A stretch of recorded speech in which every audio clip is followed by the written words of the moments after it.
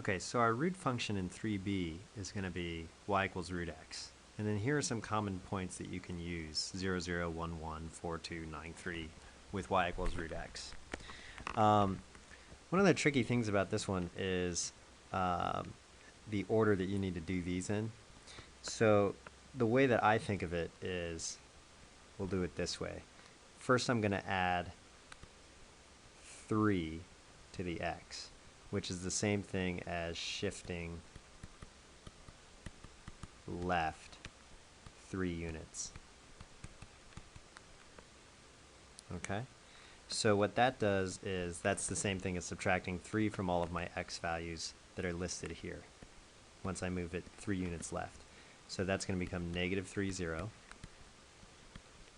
negative 2, 1, 1, 2, and 6, 3. Now what I'm going to do, let me shrink this a little bit.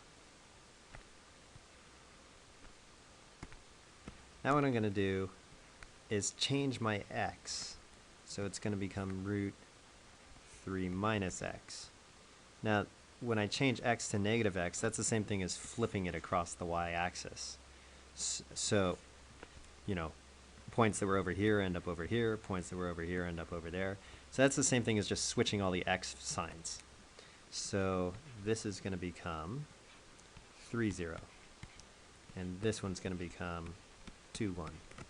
And this one's going to become negative 1, 2. And this one's going to become negative 6, 3. Now what happens is, I take that same thing that I already had, the root 3 minus x, and I subtract 2.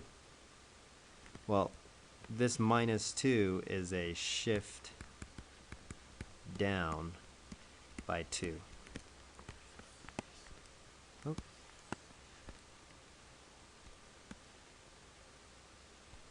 So when I shift down by 2, that's the same thing as just subtracting 2 from all my y values. So this becomes 3, negative 2, 2, negative 1,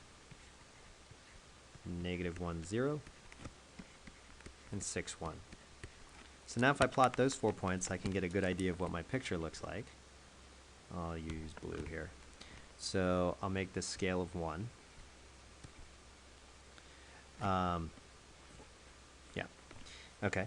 So first point is 3, negative 2. So 1, 2, 3, negative 2. Then my next point is 2, negative 1. So 2, negative 1 right here. My next point is negative 1, 0 right there. And my last point is, whoops, negative 6, 1. So negative 2, negative 3, negative 4, negative 5, negative 6, 1.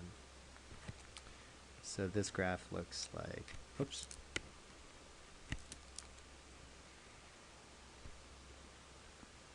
like that.